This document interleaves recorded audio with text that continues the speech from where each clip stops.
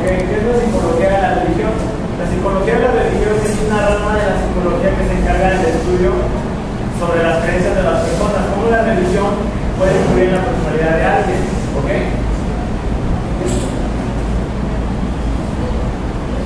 ¿Qué es la religión? Bueno, la religión es un sistema de creencias que las personas comparten de acuerdo a la cultura en la que ellos viven. Ese sistema de creencias puede ser mediante símbolos, ¿okay? Mediante figuras, mediante mantras, depende de qué tipo de religión sea, es el tipo de creencia que se tiene.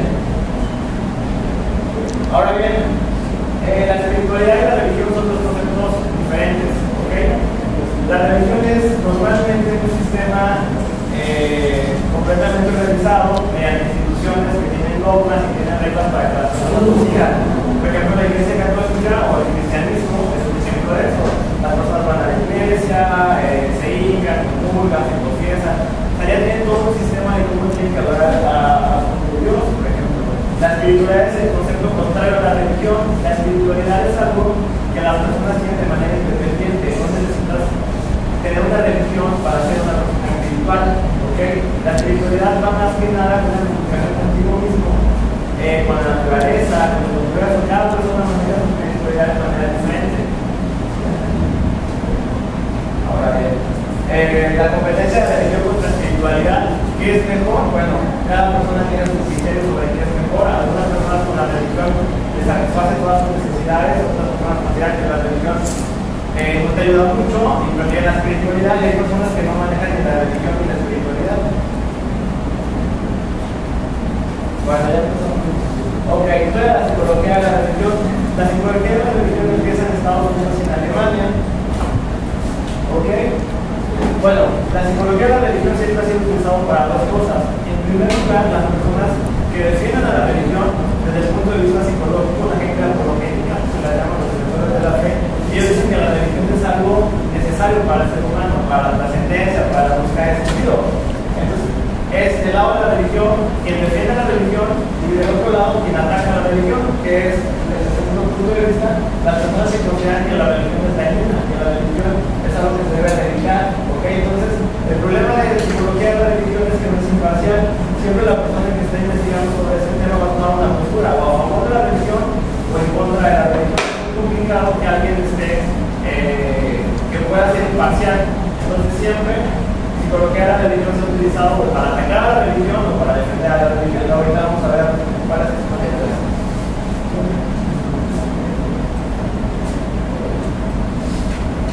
Bueno, los orígenes de psicología de la religión empiezan con una obra en 1862 y se considera que William James es el fundador de psicología de la religión. Él escribió un libro que se llama sobre las experiencias religiosas. ¿Okay? En ese libro explica cómo funciona la religión. A veces se considera como el padre de la religión.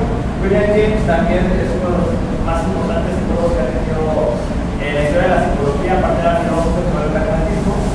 Y algunos dicen quiénes son como los psicólogos más importantes en el estudio de esto. En primer lugar está Freud, Carl Jung, Alfred Adler, Alport, Erickson, Eric Fromm, Abraham Maslow y Viktor Frankl. Ahorita voy a hablar sobre ellos. Ok, empezamos con el principal exponente de la psicología de la religión, pero para atacar a la religión. Freud, un neurólogo, padre de psicoanálisis, un planteo hacerlo completamente en contra de la religión.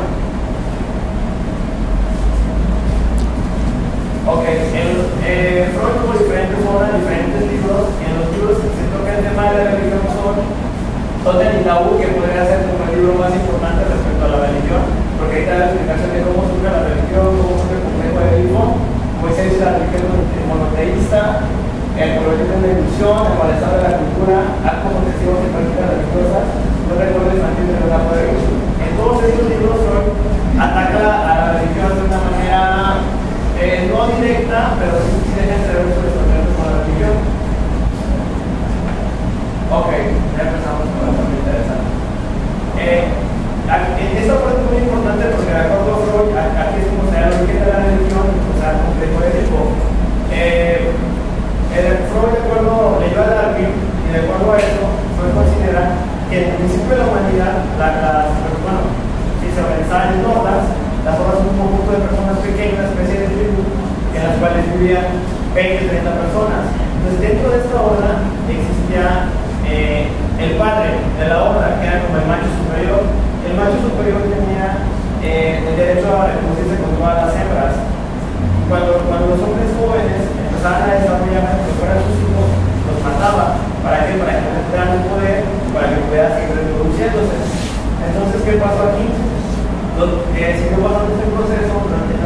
raza, los hijos de este macho se organizaron entre ellos para acabar con eso y mataron a su padre. ¿Ok? Matan a su padre y se lo comen. Después de que se lo comen, ellos empiezan a sentir ambivalencia. Por un lado sienten satisfacción por haberlo matado, porque ya son libres, ya pueden reproducirse con las hembras, ya no bajo el poder de su padre, y al mismo tiempo sienten culpa. Entonces, a partir de aquí nace lo que es el complejo de Edipo. ¿Por qué? Porque por un lado sienten amor por su padre, admiración por su padre, sin embargo también sienten miedo por su padre. ¿Ok? Entonces, al momento que matan a su padre, a partir también de acuerdo a Freud, a partir de esto surge lo que es la moral y la exogamia. ¿Por qué? Porque los hermanos llegan a un acuerdo donde ya no se van a reproducir con las hembras de su misma tribu, se lo puede llamar. Tienen que reproducirse con otras hembras. Entonces, a partir de aquí surge el complejo de Edipo, surge de acuerdo a Freud la moral y también surge la religión, que no lo voy a explicar ahorita. Ahora bien, cuando estas personas matan a su padre y se quedan sin él, ellos tienen que tomar una nueva figura para sustituir al padre. ¿Okay? Esa figura se llama tabú. Tótem, se llama tótem. Lo que ellos hacen es buscar un animal cerca de él y lo van a idolatrar como si fuera su padre. A eso se le llama tótem. Este es un ejemplo de tótem. ¿Okay? Lo que hacen ellos es, a partir de lo que pasa, utilizan diferentes tipos de tótem de acuerdo al animal que ellos prefieran, y ese, a partir de aquí, ese vendría siendo su equivalente a su padre, o posteriormente se va a pasar a lo que sería un ser supremo, Dios. A partir de aquí, de acuerdo a Freud, es el origen de la religión. Entonces las personas empiezan a adorar al tótem, pero hay algo curioso. Por un lado, el tótem es lo más importante dentro de su tribu, de su boda, porque lo adoran, porque lo quieren. Sin embargo, una vez al año hacen un festín donde van a buscar un animal que sea un tótem, lo van a buscar, lo van a matar y se lo van a comer, pero solamente lo van a hacer una vez al año. Todos los siguientes días, todos los restantes del año lo van a adorar, porque es como su Dios. Entonces, de acuerdo a Freud, este sería el origen de la religión, el origen de las creencias sobre Dios. Ok, eso no lo ha explicado Freud, es una laguna que siempre han criticado, que no ha dicho cómo pasa la humanidad del tótem, del totemismo a dioses antropomórficos. Los dioses antropomórficos son los dioses que tienen forma de hombre. ¿Okay? Si antes se adoraban como dioses animales o figuras, posteriormente se pasa a los dioses. Se tiene registro de la humanidad histórica, podríamos empezar a hablar del año 5000, 6000 años antes de Cristo, sobre los sumerios. Ellos son la primera civilización de la que se tiene registro. Todos ellos ya tenían dioses, diferentes dioses. Por ejemplo, muchos relatos de la Biblia, por ejemplo, la Torre de Babel es una copia de los relatos sumerios. El cuento de Adán y Eva es una copia de los relatos sumerios. Estamos hablando que cosas que se escribieron 6000 años antes ya existían a cuando ponen en la Biblia. ¿Okay? Entonces, es una copia de relatos sumerios. Y bueno, a lo que quiero llegar es que a lo largo de la humanidad, siempre, en ninguna etapa de la humanidad no existen los dioses, siempre hay los dioses, siempre. Civilizaciones, las típicas, Grecia, Roma, Egipto, por ejemplo, ¿no? Cada una de estas civilizaciones tenían muchos dioses, eran religiones politeístas, tenían muchos dioses. Y todas las personas creían en esos dioses de la misma manera que la gente de la actualidad cree en el dios que tenemos aquí. Pero por esa parte de los dioses siempre ha existido y siempre ha estado. ¿Okay? Entonces podemos nombrar, por ejemplo, Osiris, a Zeus, a Ra. ¿Okay? Entonces, por ejemplo, si yo les pregunto a ustedes si consideran que existe un dios del trueno, ¿consideran que existe un dios del trueno que no hay ni? No. Que de diversas civilizaciones intentaban explicar el mismo fenómeno atribuyéndoselo a una deidad. Por eso surgieron varios nombres. Y como varias culturas estuvieron en contacto con otras civilizaciones, adquirieron ciertas creencias de ellas, solo que las fueron transformando un poco, cambiando los nombres, moviendo un poco los nombres, etc. Bueno, la pregunta es si consideran que existe un dios del trueno, No. un dios de la lluvia, si existe un dios de la guerra, un dios para el mar. ¿No consideran que sí existe o no existe? No. Bueno, en este momento ustedes consideran que no existe, pero en esa época, en la época en la que ellos vivían, realmente pensaban que sí existían. Por ejemplo, hubo un emperador romano que mandó a toda una legión romana a apuñalar el mar, quería matar a Poseidón. O sea, se le ocurrió que se mandara a cientos de soldados que estaban apuñalando el mar, y iban a matar al dios del mar. A ese grado estaban, porque realmente creían en eso. O sea, ellos sí creían en eso, ellos pensaban que sí existían. La pregunta es, si hoy en día entendemos perfectamente bien que los dioses como Zeus, Osiris, Ra, no han existido, ¿por qué no utilizar el mismo criterio con los dioses de la actualidad? ¿No? Pero bueno, gracias. Bueno, la religión evolucionó. ¿Qué fue lo que pasó? Antes era una religión politeísta que tenía muchos dioses, y hoy es una. Bueno, en el mundo existen 5 religiones, las más importantes: el cristianismo, que es la que tenemos en este lado, el judaísmo, el budismo y el islam. ¿Ok? Todas estas religiones tienen características diferentes. Por ejemplo, del lado del cristianismo tenemos a la figura de Jesucristo, por ejemplo. No es como un exponente. ¿Qué fue lo que pasa aquí? Antes ya había miles de dioses, ahora lo cambiaron a uno. Lo único que cambió fue la historia. La historia que nos cuenta, que antes la mitología griega, egipcia, romana, que contaban cómo pasaban las cosas, ahora lo cambiaron con otro personaje, lo descubrieron en la Biblia, cambiaron de formato, nos lanzaron un nuevo Dios renovado, pero en esencia es lo mismo. También la Virgen de Guadalupe también es uno de los símbolos más importantes del cristianismo, pero si ustedes llegan a investigar o a leer la historia de la Virgen de Guadalupe, por ejemplo, que antes de que se apareciera aquí en México, se apareció en España, y en lugar de que se le apareciera a un campesino, se le apareció a un pastor, por ejemplo. Es la misma historia, simplemente la van adaptando por el país. ¿Ok? Y bueno, el Dios que manejamos en este lado del continente se llama Yahvé, que es el del cristianismo. Sin embargo, en este momento que estoy hablando con ustedes, en la India, por ejemplo, tienen más de 300 millones de dioses. En la India, más de 300 millones de dioses. Para ellos, sus dioses son tan reales como el Dios que está aquí.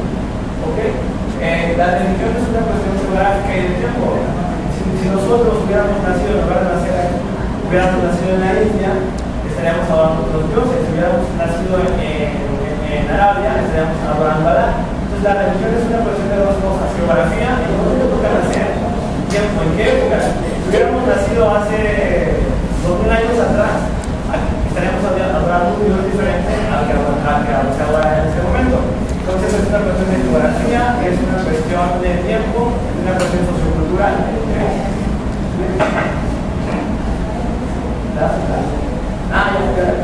Ok, ya empezamos con la parte interesante. Las definiciones de Freud para la religión.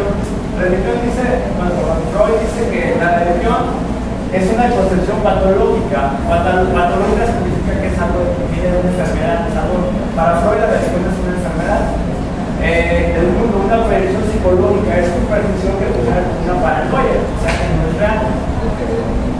Otra definición de Freud para la religión es la religión como una neurosis obsesiva universal. Hoy en día la neurosis significa algo diferente a lo que significaba en la época de Freud, los conceptos cambiaron. En la época de Freud la neurosis se refería a un conjunto de trastornos psicológicos que no tenían un origen fisiológico. También hablaba que era un trastorno de la realidad. Posteriormente, por ejemplo, ahorita los trastornos de psiquiatría de ese estilo ya lo maneja todo como trastorno de ansiedad, trastorno de depresión, trastorno de sueño. Sin embargo, antes eran neurosis fóbicas, neurosis depresivas. Antes de tener un trastorno, pues se va a tener uno. Exactamente. ¿Okay? Entonces, ese concepto de Freud de neurosis ha cambiado. Lo que significa que nunca lo que significa ahora. Pues lo maneja como una neurosis obsesiva universal, una realidad alterna, como una ficción, puede ser. Gracias.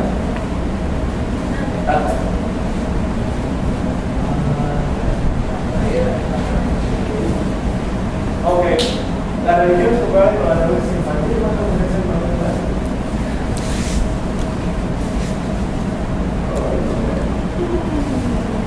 La religión es una ilusión religión. En este libro, Freud dice lo siguiente sobre lo que es la religión. En este tipo de neurosis igualaría la idea del padre con Dios. Los tres calificativos de la religión pertenecen, según Freud, a distintos niveles. La neurosis sería el diagnóstico clínico. O sea, para Freud la religión es un diagnóstico clínico, neurosis. La ilusión sería el aspecto cognitivo. ¿Cómo ustedes interpretan la religión? Como una ilusión, de acuerdo con Freud. Y el infantilismo desde una perspectiva ontogénica. Eso el infantilismo, Freud en determinadas ocasiones compara la creencia religiosa con cuestiones infantiles. Yo te lo voy a presentar más adelante. La religión derivada del colectivo de la sexualidad.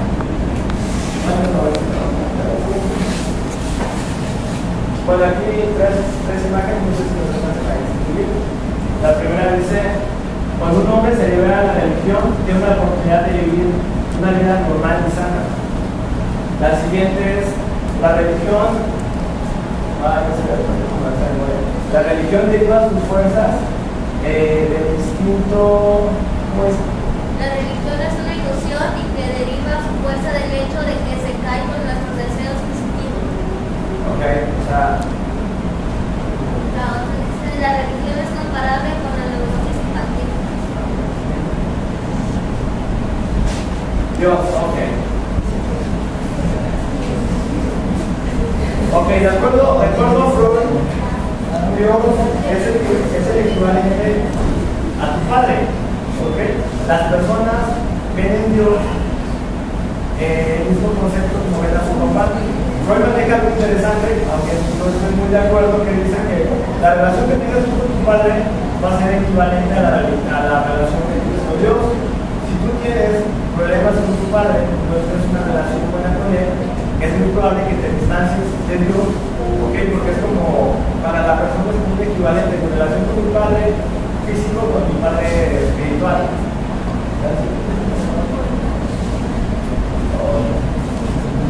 Ok. Aquí también nos habla sobre cuando somos niños, lo primero que nos protege es nuestra mamá. ¿Okay? Estamos con la mamá. Cuando vamos creciendo, nos damos cuenta que la protección de nuestra mamá no es suficiente y pasamos a la protección del padre. Cuando crecemos más todavía, nos damos cuenta que la protección de nuestro padre tampoco es suficiente, necesitamos una protección mayor, y ahí es donde entra Dios, que es el padre que nos va a cuidar, nos va a proteger de las cosas que no pasan. ¿Puedes ver la frase de ahí? Los sentimientos de amor y temor de Dios no tienen su origen en Dios, sino en los seres humanos. Son sentimientos de frustración dirigidos por el hombre, un ser imaginario que pretende ser su padre.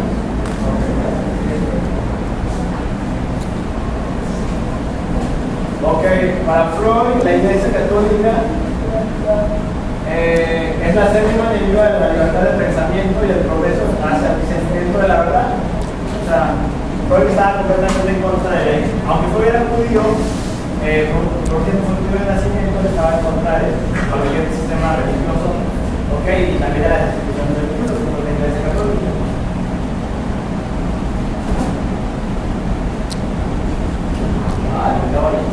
Ok, de acuerdo a Freud, el pecado original es, como les había comentado al principio, en alguna etapa de la humanidad,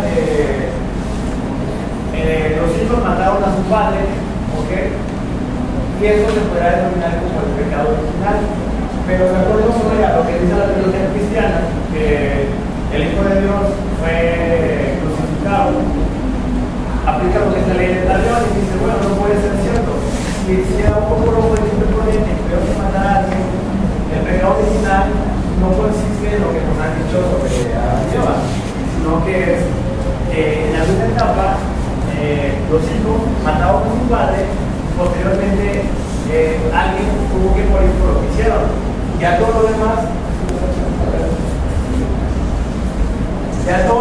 se fue desarrollando de acuerdo a la teología cristiana, pero para Freud todo es un invento, no tiene nada que ver con la realidad. El alma.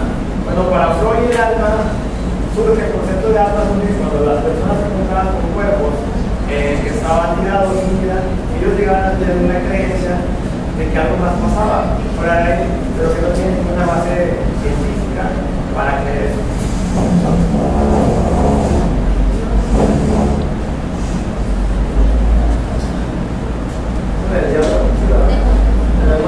Bueno, para Freud, si lo equipara con el padre también, si por un lado el padre sería Dios, el diablo también podría ser el padre. ¿Por qué? Porque se supone que, regresamos a lo que les contaba al principio, si el padre de la otra, el macho alfa, se le puede dar el líder, mataba a sus propios hijos, aparte de que generaba lo que es sentimiento de amor, respeto y admiración, también generaba temor, que es lo que genera el demonio. Entonces, de acuerdo con Freud, viene vinculado tanto la figura de Dios como la del demonio, viene vinculado con los sentimientos hacia el padre, pero cuando empezó la parte de las ondas.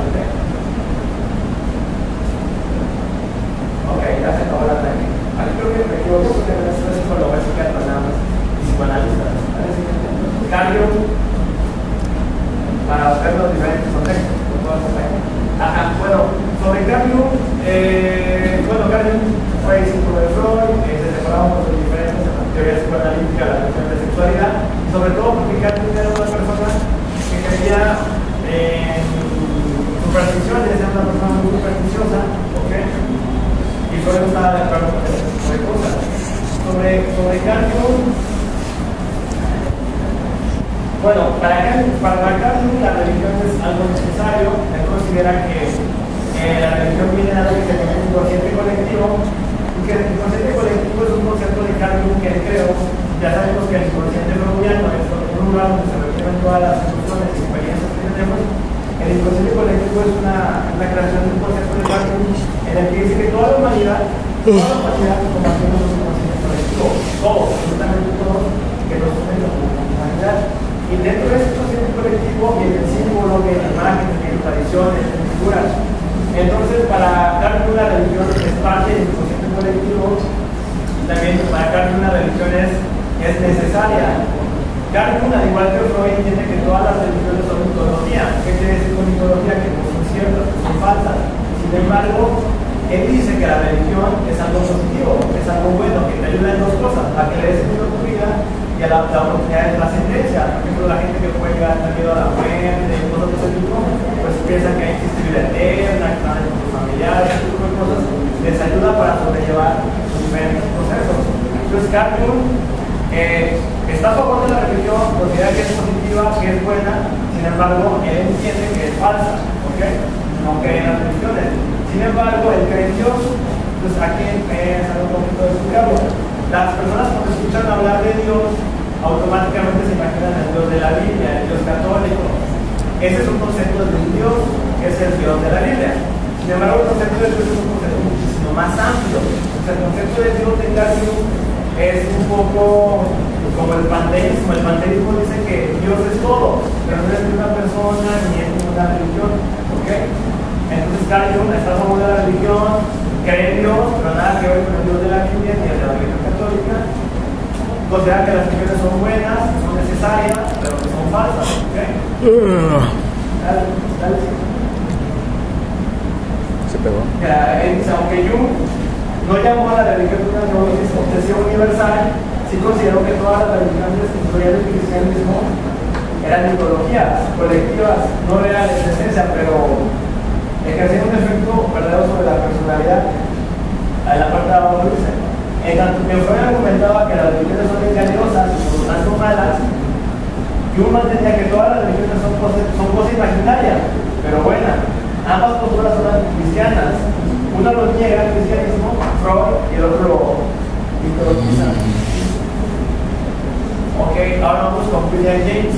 William James, como les comenté al principio, se podría decir que es el padre de esta disciplina de psicología de la religión.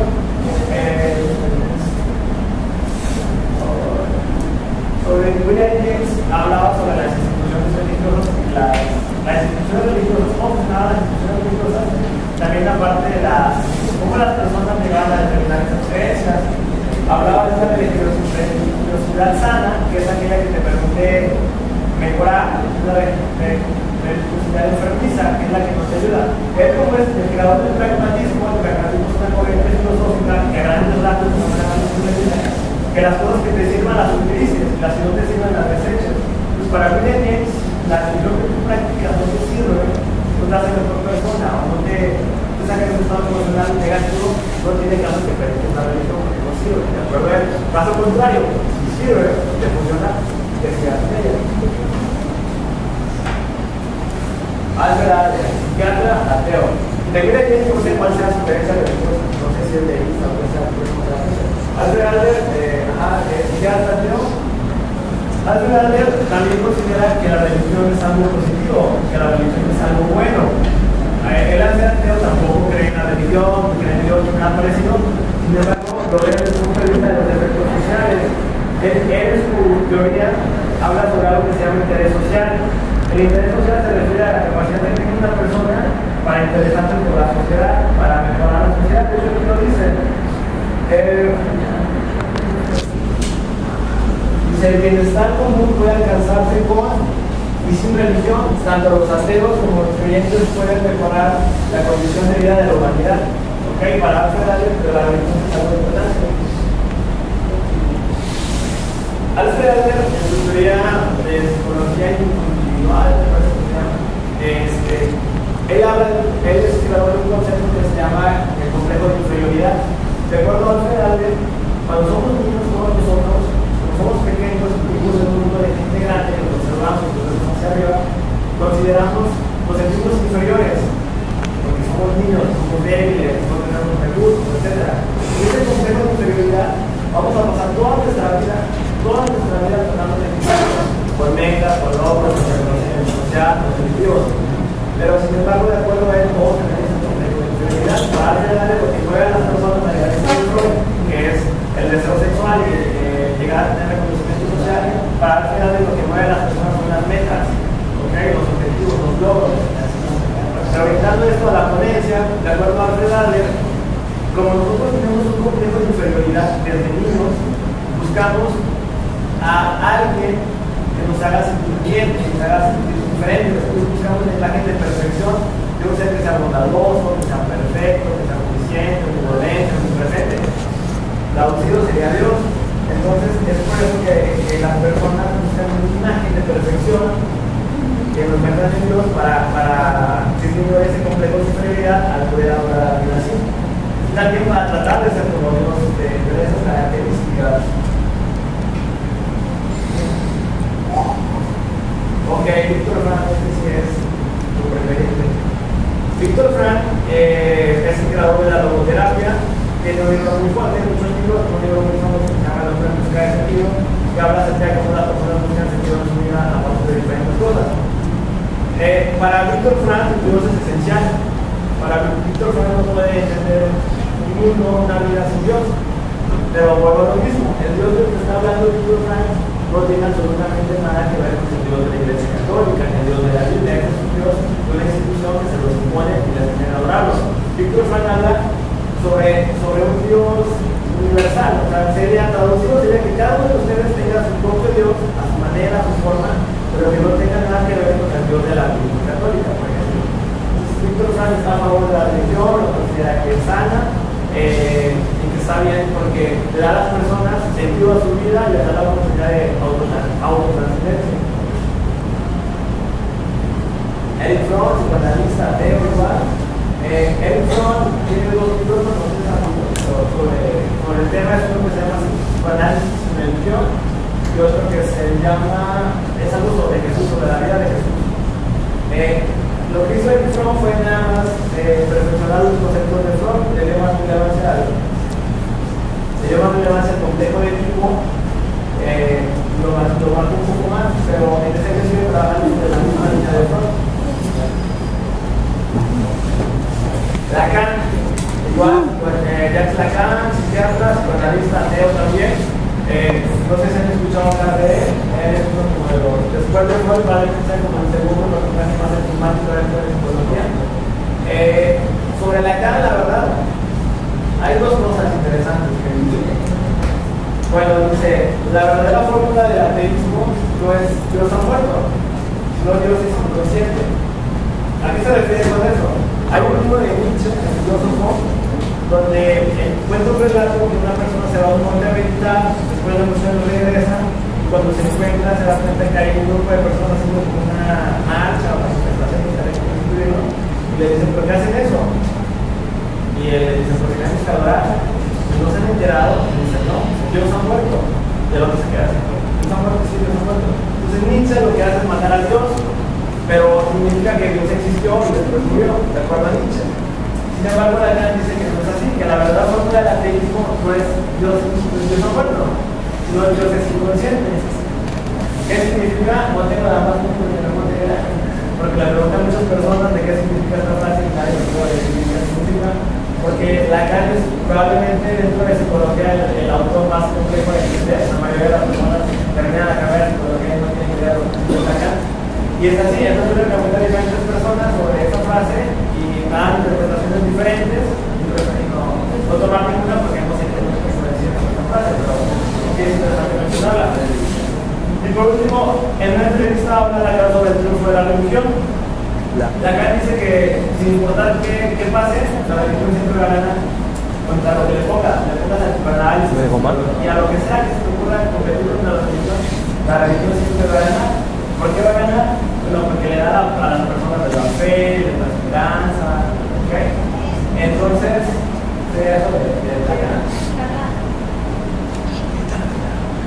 Ok, Gordon Allport, no sé sus creencias también.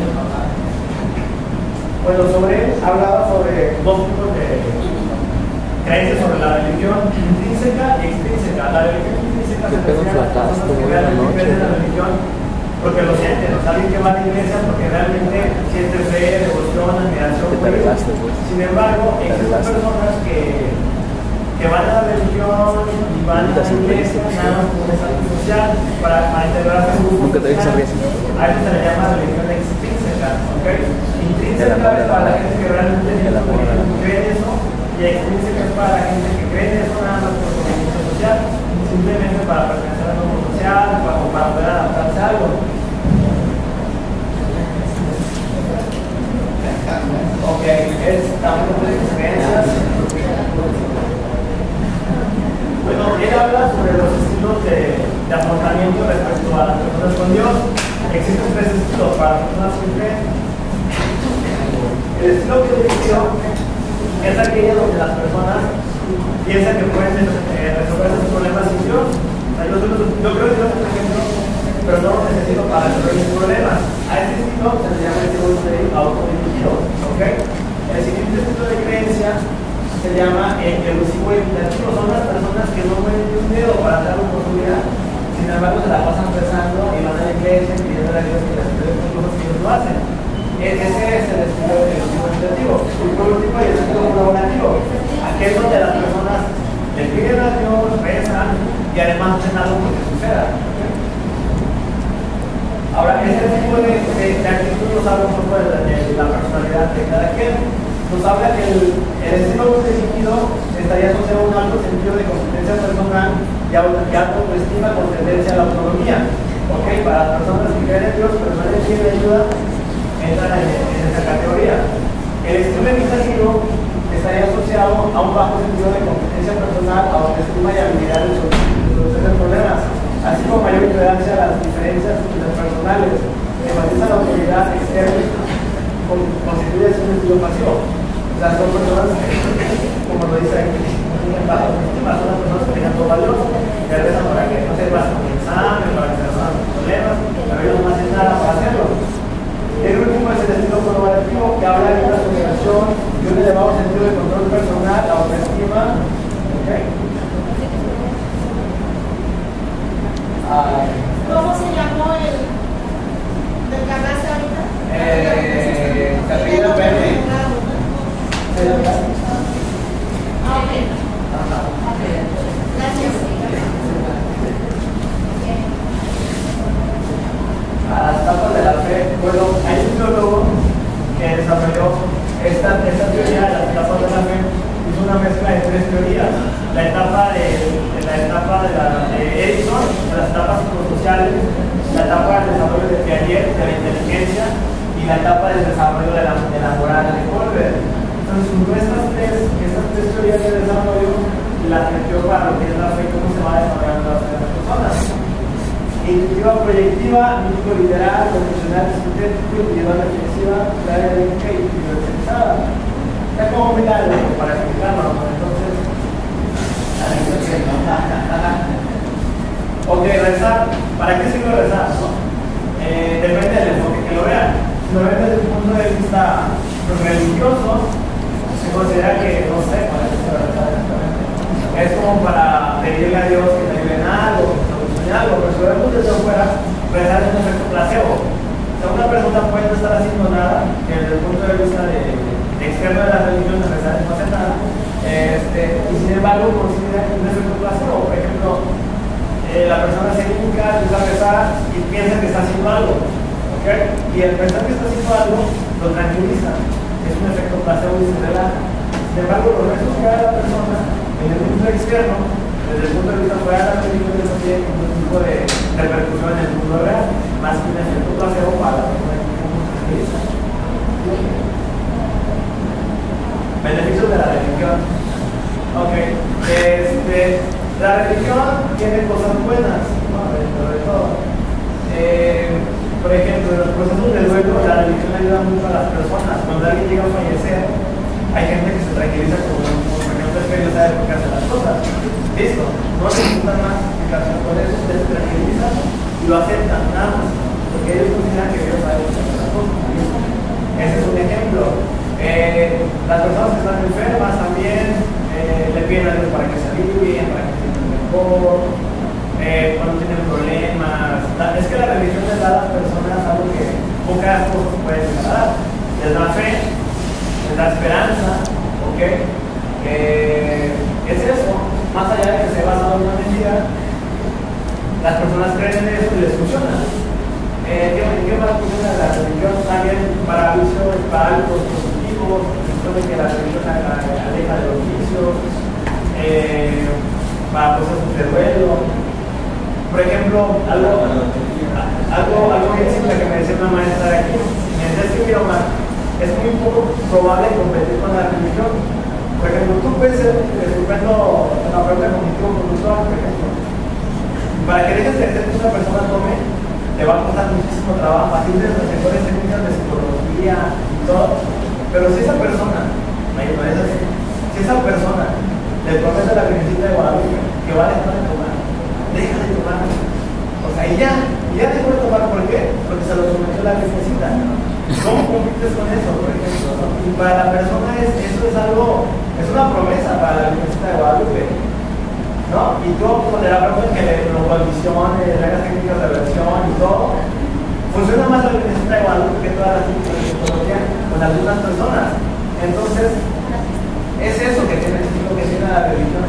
Da esperanza, bueno, es que da muchas cosas, da fe, da esperanza, y sobre todo para toda la gente que tiene miedo de morir, porque hay mucha gente que tiene miedo de morir. La esperanza de vida eterna. O sea, eso de la vida eterna se maneja desde la época de Egipto. Desde esa época nos están pidiendo la vida eterna. Y la gente se siente bien. Se me voy a morir, voy a la vida eterna, voy a ver a los nobles sociales en el cielo y cosas de ese tipo. Y se relajan y se tranquilizan de acuerdo a la religiosa. Bueno, existen muchos genes, de la misma manera que se comentan de la inteligencia o personalidad. En el tema de la religión existen muchos genes, aquí nada más puse 3, para medir la religiosidad de una persona. Por ejemplo, aquí puse el test de algo, en el cual se mide si tu creencia religiosa es porque realmente crees en eso o porque es por un beneficio social. Y existen diferentes tests. Bueno, aquí 2 frases. Una de ellas que me gusta mucho. Dice, a veces la gente no quiere escuchar la verdad porque no quiere que sus religiones sean destruidas. ¿Ok? Eso pasa mucho con la religión. Y la otra que también me gusta mucho porque es más fácil engañar a la gente y convencerlos que han sido engañados. ¿Okay? Los mecanismos de defensa, ¿no? Ok, orientado a las soluciones, les voy a poner un ejemplo para que vean cómo funcionan los mecanismos de defensa. ¿Alguna vez han preguntado ustedes si Jesucristo existió? ¿Que sí existió? Sí. ¿Sí? ¿La duda que existió? Sí. ¿No? Ese es el punto de la historia. La mayoría de las personas creyentes en su vida ¿Se han preguntado si siquiera existió Jesucristo? ¿Okay? Dan por hecho que existió. ¿Por qué existió? Pues en la Biblia, porque la época de la humanidad se escribe 2014 años antes de Cristo. ¿Cómo no puede haber existido? Si hay películas, hay series, hay iglesias. Sería ilógico que no haya existido, ¿no? Bueno, por ejemplo, la parte del tiempo, que el tiempo se divide en 2014 años antes de Cristo, no tiene nada que ver con la existencia de Cristo. Explico rápido. Hubo un monje que se llamaba Dionisio Lexivo, que era un monje cristiano, al que le dejaron de tarea capturar las Pascuas. ¿Okay? Las Pascuas iban a existir para llevar el control de las Pascuas. Entonces él tuvo que hacer un calendario para determinar cuándo iban a ser las Pascuas. Dionisio Lexivo sacó la fecha del nacimiento de Cristo mediante el relato de la Biblia. Entonces se basó en la Biblia para calcular las épocas. ¿Okay? Entonces fue porque un libro que se basó en crear un sistema. Posteriormente el cristianismo se hizo enorme, y empezaron a conquistar los imperios y se hizo el sistema oficial la fecha de 2014 años antes de Cristo. Pero eso no es un punto de referencia para demostrar la existencia de Jesucristo. Entonces, por ejemplo, para que aplique todos los mecanismos de defensa, me gustaría que ustedes en la tarde lleguen a su casa, se puedan investigar qué pruebas existen de que Jesucristo haya existido. En primer lugar, que no se puede hablar de la Iglesia Católica. La Biblia no vale ni nada de lo que la Iglesia Católica te vale. ¿Por qué? Porque son ellos mismos que lo crearon. Fuentes históricas. Busquen cuestiones de historia, de antropología, nada de la iglesia, y empiezan a investigar, dándose, no sé, 6 o 10 horas, y la realidad es que van a encontrar prácticamente nada, que ya lo he hecho, y no hay evidencias históricas de que haya existido Jesucristo. ¿Ok? Entonces, aquí van los mecanismos de defensa, es la explicación. Lo primero que pasa en este momento es que van a escuchar esos mecanismos que se llaman negación, automáticamente van a llegar a los niveles de van a decir, no es cierto. ¿Cómo crees? No van a hacer una investigación, porque es muy probable que no quieran darse cuenta de algo. Entonces, el primer mecanismo de defensa es la negación. Hay otro mecanismo de defensa que se llama compensación, que es el pensar, por ejemplo, que alguien saque su Biblia aquí y empieza a leer y dice, pero ¿qué dice que eso no existe? Es una forma de equiparar lo que se acaba de decir con compensación. Hay algo que se llama disociación y otro proyección. Pero los mecanismos de defensa pasan mucho en las cuestiones religiosas.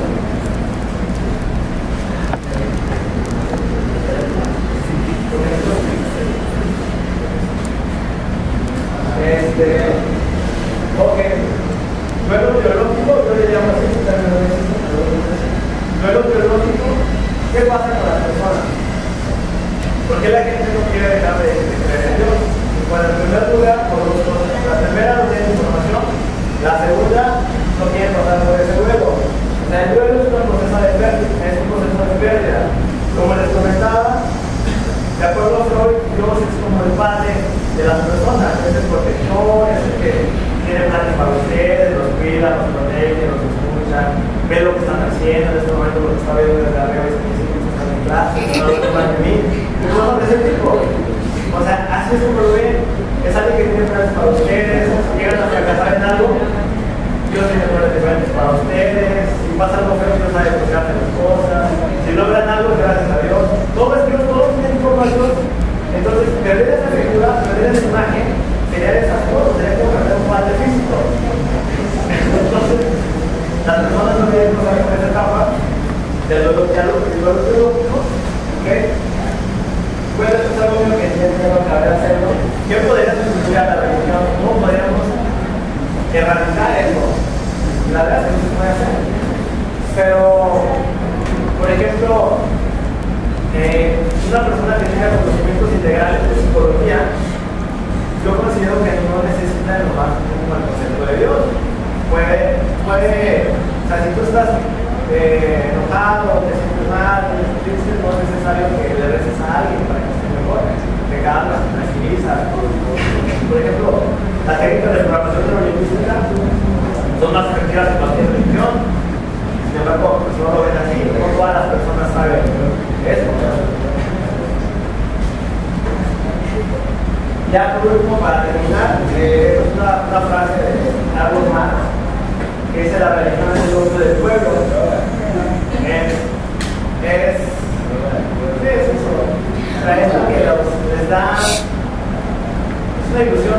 Claro. Bueno, eso